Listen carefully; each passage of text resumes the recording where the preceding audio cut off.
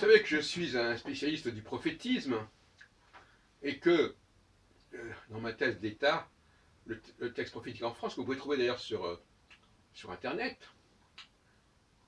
je vous souhaite bonne lecture, également mon post-doctorat sur le nostradamisme, la renaissance, la naissance de la critique nostradamique au XVIIe siècle, ouvrage assez copieux, je dois vous avouer, enfin quand même. Et je voudrais appliquer cela, depuis d'ailleurs quelque temps je le fais, à la question des Écritures, et notamment du christianisme. Le christianisme qui se veut un prophétisme, en fait. Parce qu'ils disent, voilà, ça a été prophétisé. La raison pour laquelle ils accordent de l'importance à l'Ancien Testament, c'est que ça permet de prophétiser, donc de légitimer en quelque sorte, de valider ce qui est raconté dans les évangiles, soi-disant.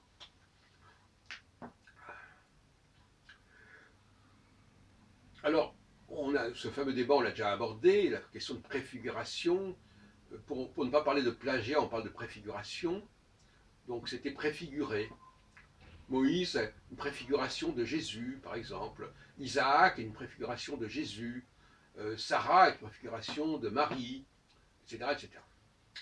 Et récemment, dans un de mes cafés philo McDo, je discutais avec mon ami Valentin de la crucifixion, parce que il y a le psaume 21, 22, ça dépend des traditions, qui nous parle de la crucifixion.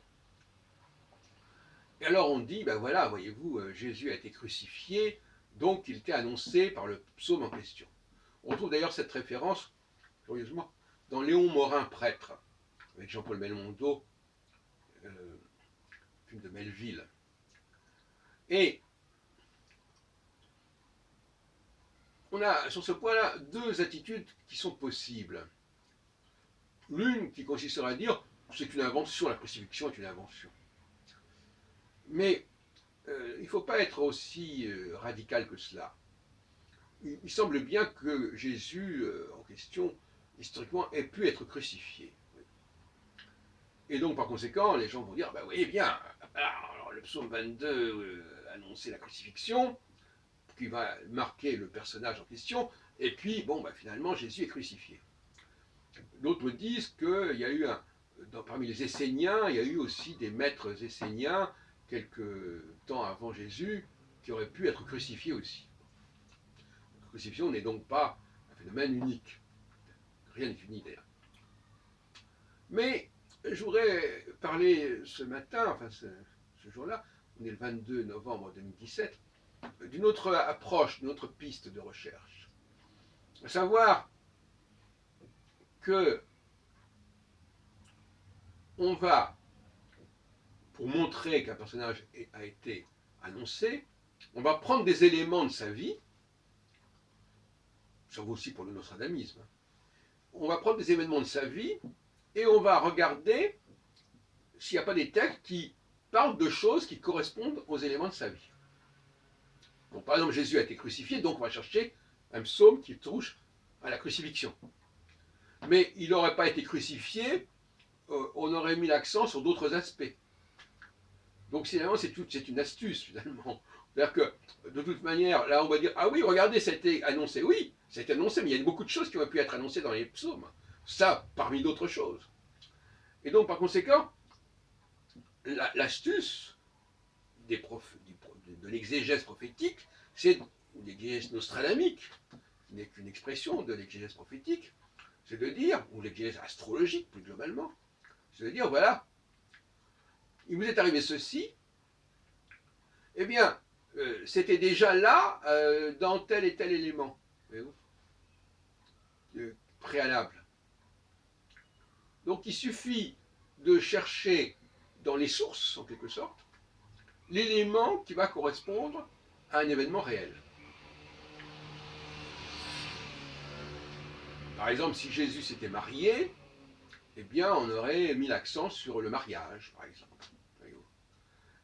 Si Jésus avait été assassiné, on aurait mis l'accent sur l'assassinat et non pas sur la crucifixion. enfin, on pourrait toujours trouver autre chose. Et ce qu'il faut bien comprendre, c'est là le piège, c'est que c'est après coup qu'on va chercher la corrélation.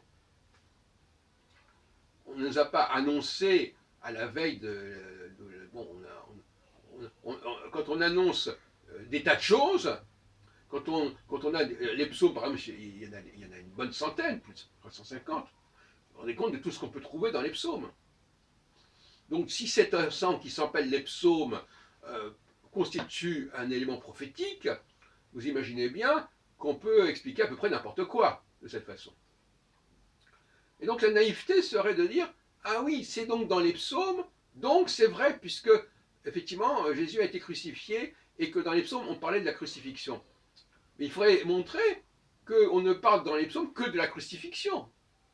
Il faudrait montrer qu'on ne pourrait pas expliquer la vie de quelqu'un, quel qu'il soit d'ailleurs, par les psaumes, parce que dans les psaumes, ça parle dans tous les sens.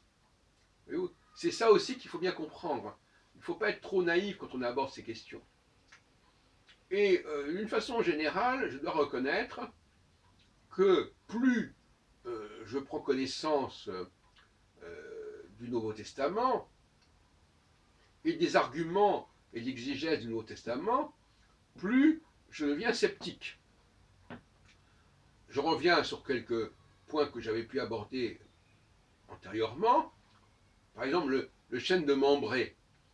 On voit trois personnages qui viennent s'adresser à Abraham pour lui annoncer la naissance de son fils.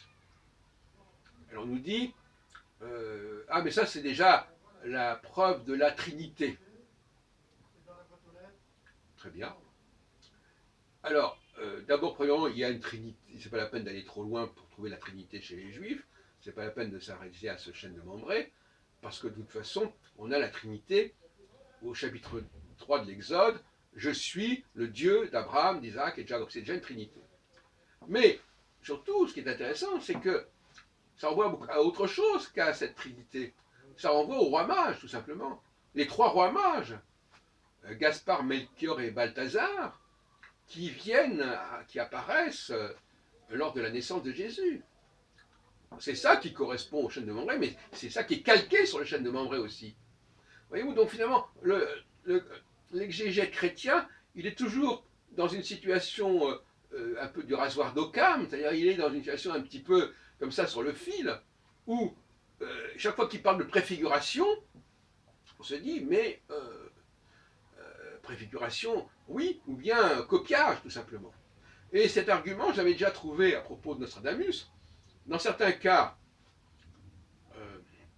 on nous montre que tel quatrain correspond à ce qui s'est passé sous la Ligue, 30 ans plus tard. Oui, sauf que on peut aussi se demander si le quatrain n'a pas été fabriqué sous la Ligue. Quand on essaie de prouver que quelque chose a été prévu longtemps à l'avance, on s'expose et on donne des arguments aux adversaires qui disent oui, ben justement, vous venez de prouver que puisque c'est si proche de l'événement qui s'est produit, pourquoi ça n'aurait pas été écrit après l'événement ou à l'occasion de cet événement et non pas des décennies plus tôt. C'est là-dessus que ça repose toujours, c'est pas préfiguration ou bien imitation. That is the question.